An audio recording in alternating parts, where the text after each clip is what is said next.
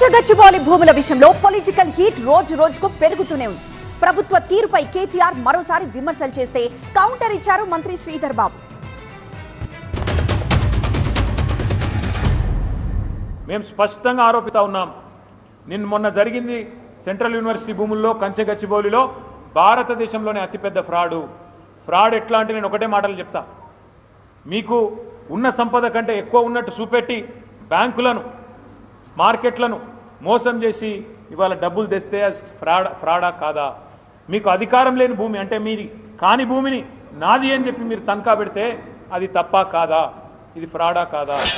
వచ్చిన నిధుల్లో రాష్ట్ర సంక్షేమానికి సంబంధించి రైతన్న సంక్షేమానికి సంబంధించి ఉపయోగించిన నిధులతో పాటు మర్చెంట్ బ్యాంకర్కు సంబంధించి డిబెంచర్ ట్రస్టీగా ఉన్న సంస్థకు ప్రొఫెషనల్ ఫీ సెబీ రెగ్యులేషన్ ప్రకారం ఇవ్వటాన్ని కూడా వారు తప్పుపడుతున్నారంటే సెబీని కూడా తప్పుపడుతున్నట్టు, వారు వ్యవస్థలను కూడా తప్పుపడతా ఉన్నట్టు, వ్యవస్థకు సంబంధించిన ప్రతి రెగ్యులేషన్ కూడా వారు తప్పుపడతా ఉన్నట్టు కనబడతా ఉంది. 10,000 కోట్ల రుణానికి 170 కోట్ల కమిషన్ ఇస్తారా ఎవడన్నా ప్రపంచంలో? బ్రోకర్ అంటే 1.7%, బ్రోకరేజ్ 1.7%. బాంబే బ్రోకర్ను ఒక బీజేపీ ఎంపీ తీసుకొస్తే ఆ బీజేపీ ఎంపీ ఈ ముఖ్యమంత్రి ఇద్దరు కలిసి మరి ఆ భూమి కోసం 170 కోట్ల లంచం కమిషన్ రూపంలో ఆ బ్రోకర్కి ఇచ్చి 10,000 కోట్లు తెచ్చుకున్నారు. భూమిని తాకట్టు పెట్టింది బీకన్ అనే సంస్థకు, అకౌంట్ చేసింది ఐసిఐసిఐ బ్యాంకులా. నేనేమంటున్నా అంటే మేము భూమిలో అమ్మినామంటే మేము అమ్మింది టీఎస్ఐఎస్సి ద్వారా, మాకు బ్రోకర్లను పెట్టలే, ఎవరికి కమిషన్ ఇయ్యలే. కార్పొరేషన్కు సంబంధించి దాదాపు 8 కోట్ల రూపాయలు కేవలం అదే మర్చెంట్ బ్యాంకర్కి వారు కూడా ఫీజు ఇచ్చారు.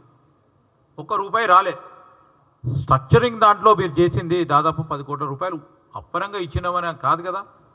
This is a professional fee. ఇది మీరు ఇచ్చినప్పుడు అదే మర్చెంట్ బ్యాంకర్కు వేరే మర్చెంట్ బ్యాంకర్కి ఇస్తేనేమో ఆ బ్రోకరేజ్ ఫీజు కరెక్ట్.